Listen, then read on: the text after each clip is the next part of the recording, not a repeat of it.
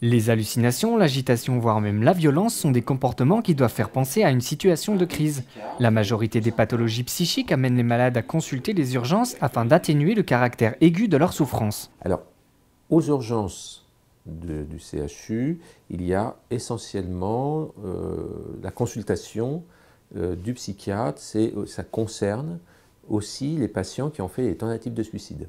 Donc, tous les patients qui ont fait une tentative de suicide sont reçus par le psychiatre qui travaille aux urgences pour une évaluation et une orientation, une hospitalisation ou bien une orientation vers une consultation psychiatrique en centre médico-psychologique. Donc ça fait partie du travail quotidien du psychiatre aux urgences, l'évaluation des patients suicidants. Un suicidant, dans notre jargon, si vous voulez, c'est un patient qui a fait une tentative de suicide.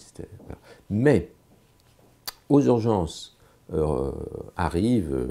viennent des personnes qui ont été amenées soit par le médecin, adressées soit par le médecin généraliste, soit amenées par les pompiers, soit par la police, qui présentent des situations, des états plutôt de crise, c'est-à-dire de débordement émotionnel, liés ou non à des pathologies psychiatriques.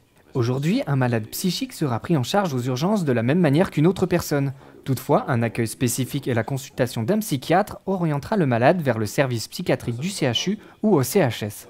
Je pense qu'il faut conserver cet accueil généraliste et puis ensuite, dans un second temps, peut-être organiser un lieu plus spécifique pour le patient effectivement qui présente une pathologie psychiatrique.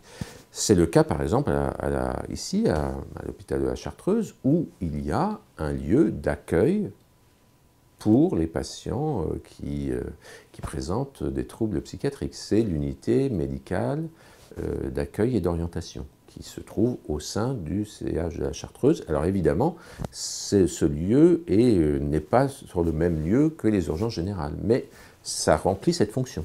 Si l'on peut difficilement espérer voir un jour des urgences dédiées aux malades psychiques, le service des urgences remplit parfaitement son rôle. On pourrait néanmoins développer certaines choses. Alors moi je pense qu'effectivement à Dijon, les praticiens que je connais et qui s'occupent des urgences psychiatriques sont tout à fait compétents et on peut avoir tout à fait confiance dans cette prise en charge aussi bien au CHU que ici au centre hospitalier à Chartreuse. Ce sont des personnes tout à fait qualifiées pour prendre en charge des situations d'urgence.